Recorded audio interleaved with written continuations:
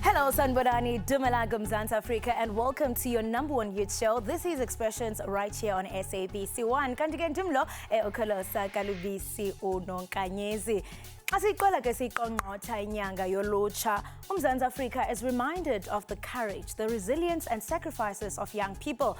Abakhokela the Soweto Uprising. Inyanga yabantu abatsha ke mbukeli nephawulwa rhoqo ngenyanga kaJune. Nabazijolija belwela inkululeko and the highlights of ongoing role of young people in shaping the nation's future.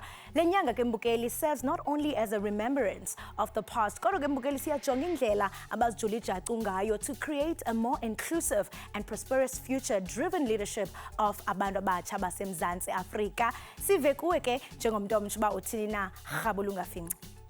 Phakathi kwezinto ubawo uNelson Mandela wayekholelwa kuzo kukuba i-freedom comes with a responsibility. Siyaqonda ukubana sichwechwela kwi-Nelson Mandela Month.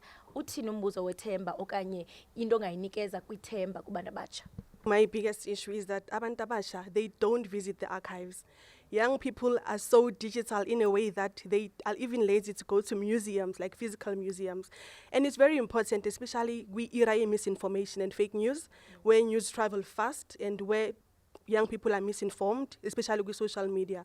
So in Nelson Mandela Foundation, there's an archive of Nelson Mandela where we house his documents from prison letters, every evidence that you might need for you to make sense of history, how democracy came about. I would like to actually encourage them because education is important. So what the youth can actually do is to take education as a foundation, take skills as a tool, but because of in any other careers, education like your sports, like your content creation, you do need a backup plan. So ngazathi youth now education, like it's very, very important. Pick up a book and read. Illiteracy is running rampant and people are misinformed, like my fellow speakers have said. Pick up a book and read and put yourself out there. We should learn from Nelson Mandela and the young people of June 76 that when things need a sense of urgency, put everything on the line.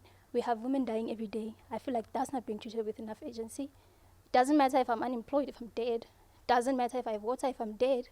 So why isn't that something that we're dealing with a sense of urgency? And that's the entire country, including our president who named it a national disaster.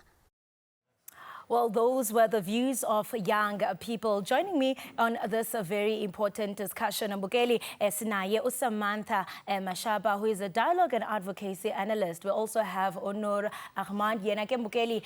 She is a manager at Media Monitoring. Welcome to Expressions. Thank you so much for joining us. Thank you for having us. Yeah, thank you. Thank you for having us today. Yeah. Noor, I want to start with you because if we reflect on the youth of 1976, we can still see the spirit of these heroes living through young people of 2026. I mean, as someone, you know, who's very much into public sentiment and monitoring, you know, some of the big things that young people, what would you say stood out for you as far as conversations among young people this month? I think that young people are quite frustrated, rightfully so, the current state of our country, but also with the current state of the world. But I also think that even though there is a lot of frustration, people still have hope and they are wanting to find solutions and co-create solutions for the problems that we're currently facing. So I think it's important to have these conversations, to have the dialogue like we did with the Nelson Mandela Foundation, because it creates space for young people to be able to delve into the issues that are important to them. Yeah, and I mean, you speak about solutions. Samantha, I want to come to you because part of the work that you do, you amplify the voices of young people. I mean, from your work in dialogue and advocacy, how would you describe the struggle of the youth of 2026 in comparison with the youth of 1976? So I think that the differences may seem stark, but the structural issues and the structural challenges that the young people of 1976 were facing are still the same for our young people. Systems of oppression like capitalism, imperialism, and racism, and also the ways in which those systems have essentially made sure that our young people still struggle with unemployment, inequality, and also just a sense of not belonging, because without a sense of feeling that you're contributing to the national project, to the democratic program and how it unfolds, you essentially start to feel like you have a sense of, or a loss of purpose. Which is quite crucial, because if you're going to lose your purpose, you ask yourself, I mean, why am I here on earth? Hence, we are seeing a high suicide rate among young people. And one of the things that I want to speak about, Noor, we understand that over the past weekend, we had the IEC voter registration. I mean, it's coming during the Youth Month. And I mean, we've seen shocking statistics.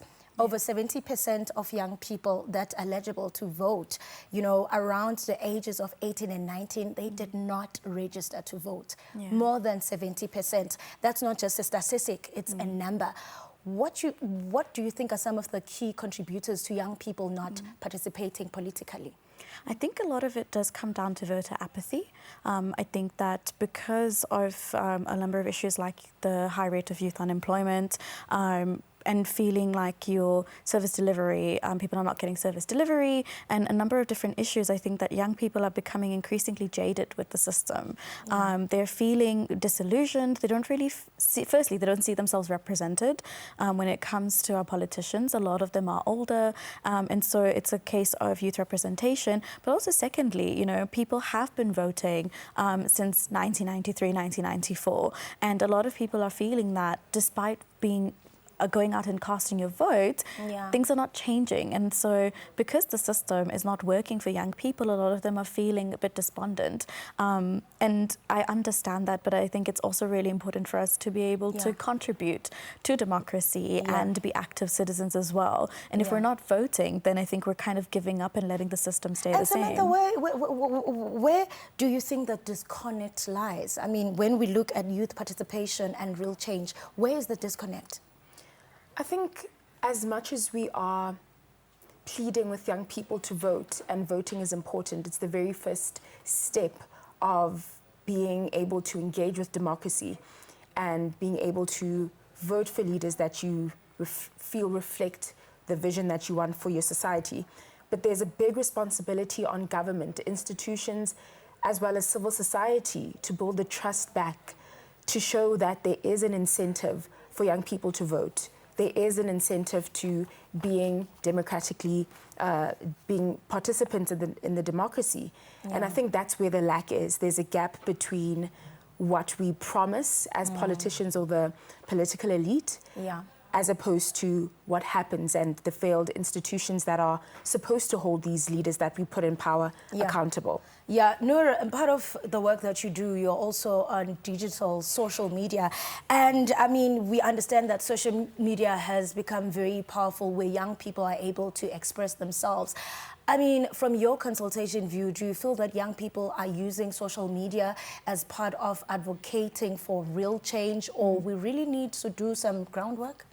I think that there are some young people who are using social media more critically, but I do think that there is a lot of consumption of news and information that's happening where people are not really engaging with content in a critical way. So I think that while there is a lot of work and there is a lot of progress, you have a lot of young content creators who do bring young people factual news and information. I think that there is still a little bit of a gap. Yeah, and I mean, speaking about social media, we also understand that, I mean, the Commission has also created a lot of campaigns to sort of attract young people from podcasts to partnering with the SABC and also using social media to sort of influence young people to engage in politics. Do you think that is enough? What more could be done? So I definitely think what Noor spoke about is important.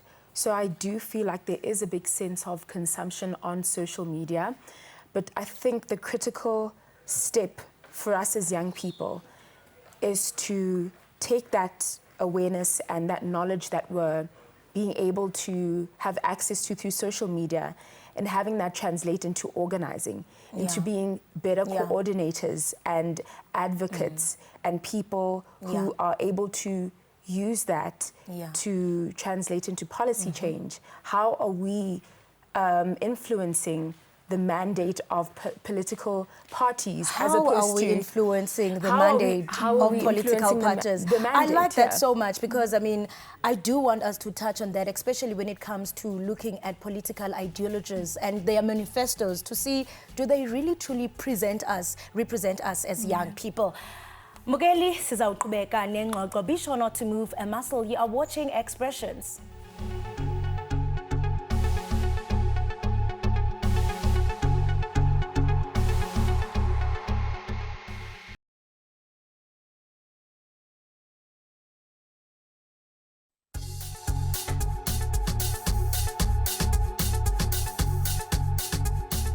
Saqhubeka ke nokuyiqela siqongqotha inyanga yabantu abatsha. We reflect on the courage and political consciousness of the youth of 1976.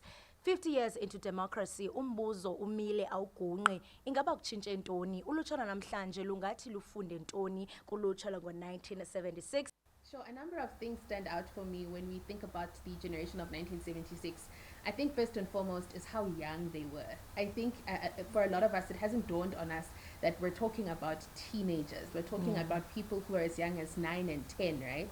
And the fact that even at that young age, they refused to be, they refused the system that oppressed them, right? They resisted a system that was going to make them second-class citizens, and they fought for what they believed in. In that time, they chose to protest, right? Yeah. And I think about as well that resilience, right? And that refusal to accept circumstances also inspired a generation. You don't get a 2015 Fees Must Fall, for example, without a 1976 Soweto Uprising. Yeah. So when I think about the youth of 1976, I think about people who resisted, I think about people who were brave, but I also think about a generation that inspired other generations to look around them and figure out what are the things about the world around them that they need to be uncomfortable with, and how do we take up our tools today to fight for a more just and equal society. Yeah. We are enjoying the fruits of democracy, but the question still stands, are we really free? Are the youth really free? I mean, we're still dealing with issues of drugs. Go to our townships, the drugs are all over the streets. There's crime, I mean, high rates of unemployment. So it's actually a lot. Here at the Nelson Mandela Foundation, we had an exhibition called the Born Free exhibition. It was more of the generation of hope, because that's what we call the Gen Zs. I mean, the youth of today, you know, those who were born post-apartheid. So the question there was to explore the realities of today. Are our youth really free? And then looking back to the struggles of apartheid, those are still affecting us. The legacies of apartheid are still affecting us and the young ones today. So, yeah, the question still stands, and it's for everyone in Makaya. Are we really free? Why do you think young people are discouraged noba ngaba mhlawumbe bangathathi inxaxheba and have their voice? Thank you for that beautiful and quite important question, Kolosa. Since 1994, young people have been seeing what governance looks like for us. And our governments have been failing us, especially when it comes to corruption, when it comes to quality education. We all understand that someone who went to a CAPS school will not be as equipped as someone who went to an IUB school. When you get to varsity, you don't know how to reference, for example. And those ones have been referencing since they were like 16.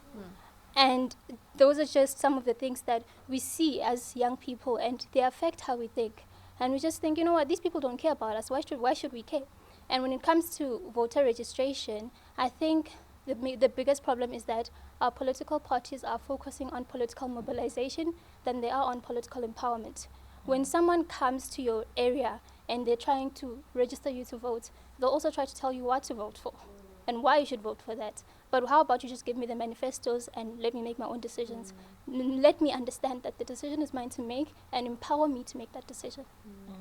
I think it's lack of empowerment and more on mobilization, which discourages us. A meaningful youth inclusion kulama elections and everything like that is include youth on their own, put youth on the forefront, because of it actually doesn't make sense to be telling a youth to keep voting, but then the people that they're actually voting for it are people from the generation prior who have been doing the same mistakes over and over and over again. So a youth can only be motivated or encouraged by the new ideas that can actually come up with the youth themselves, because of the youth born ourselves. They are the one who are currently facing all these challenges as corner here, the unemployment, GPV, and all those things, more especially dignity. Unemployment, we have learned in that it also contributes to dignity of it lowers the dignity abantu. So youth must be involved. Like we need change. The change is sitting out. Let's give youth a chance to see what is it that they can do, because of the times that the current leaders of this country, back then, they face different challenges. We are facing different challenges now. So I do believe if youth can be involved more from the voting processes to actually leading the country on its own, that can actually encourage more youth to actually take path. So two things. I think we always get asked, what should young people do, in this moment in time? And my response to that question is, young people are already doing the work. If you go into our communities, the NGOs in different kinds of communities are often run by young people. When Angelique introduced herself, she mentioned that she's a part of several student formations at Wits University, because young people are always finding ways to agitate for change and to take matters into their own hands. So it's not about what should young people be doing, it's how do we support the work that's already in motion that young people are doing, because young people are so good at taking initiative, right? We've spoken about unemployment, for example. Young people are not passive in that.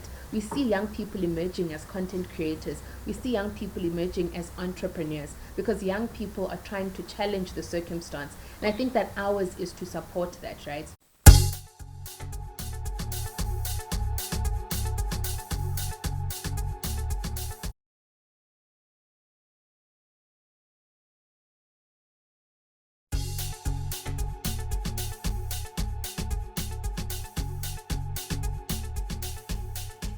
Welcome back. You are still watching Expressions apha kunqa phambili. As we wrap the show, Mbukeli, eyona nto siyijongile zizisombululo. Senazo ke indwendwe zethu esinayo uNoda Media na ke Mbukeli naye uSamantha Mashapa.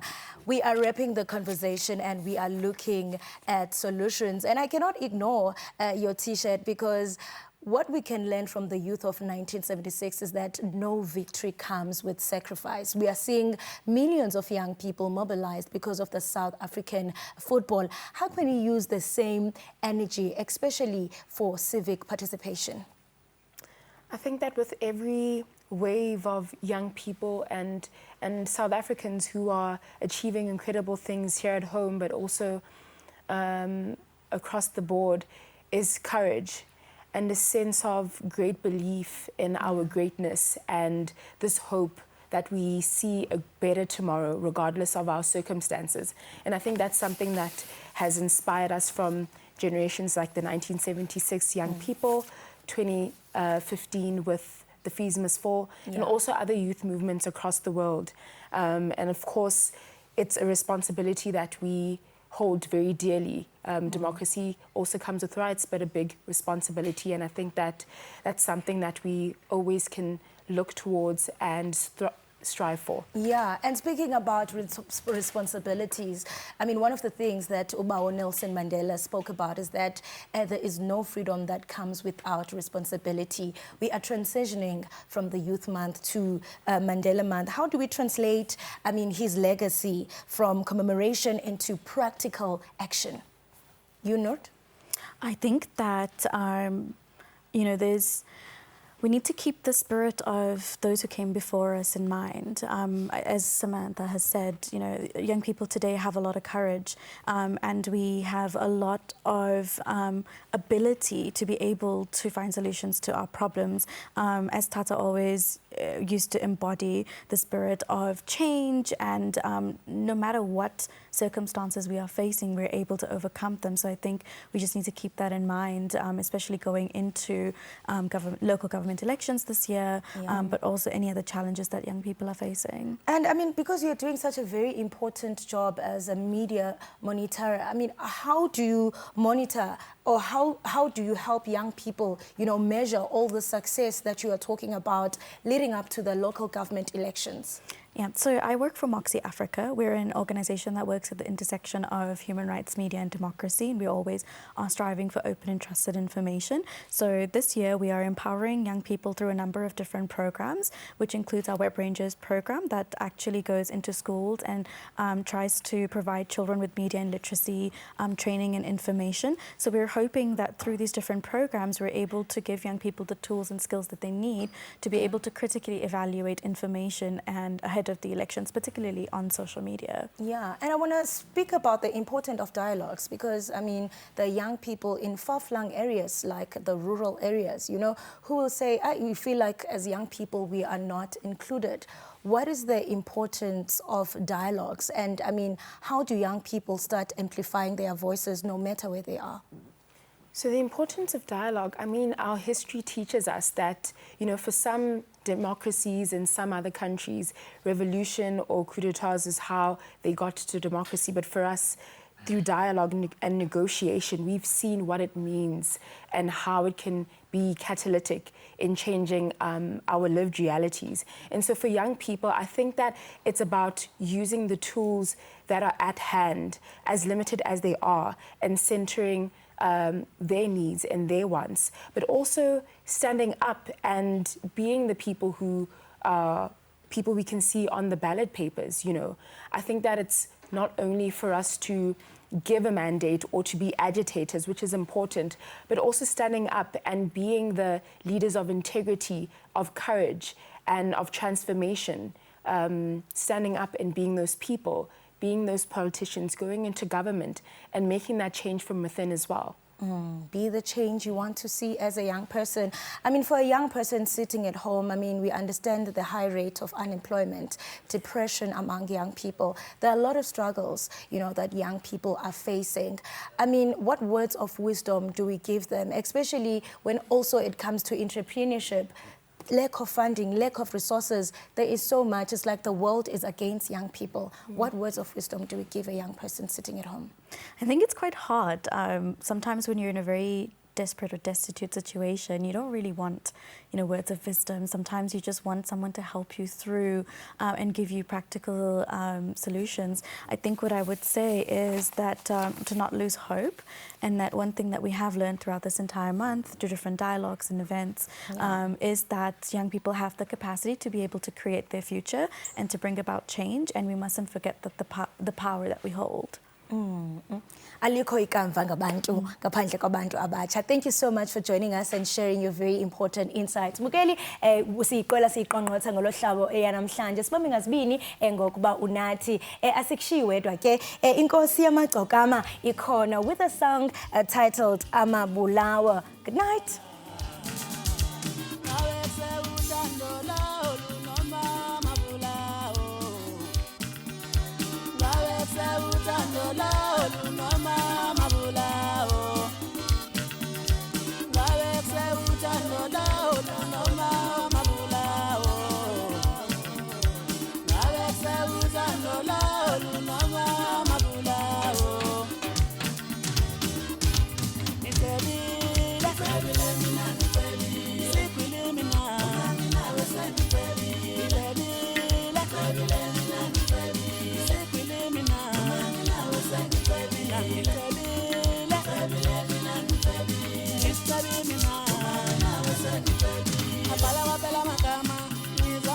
Indlela engizizwa ngayo ungolo ngibiyela umama ngalo luthando olukhuluwa ngakala ngithita ngikwethembisa ukukuthanda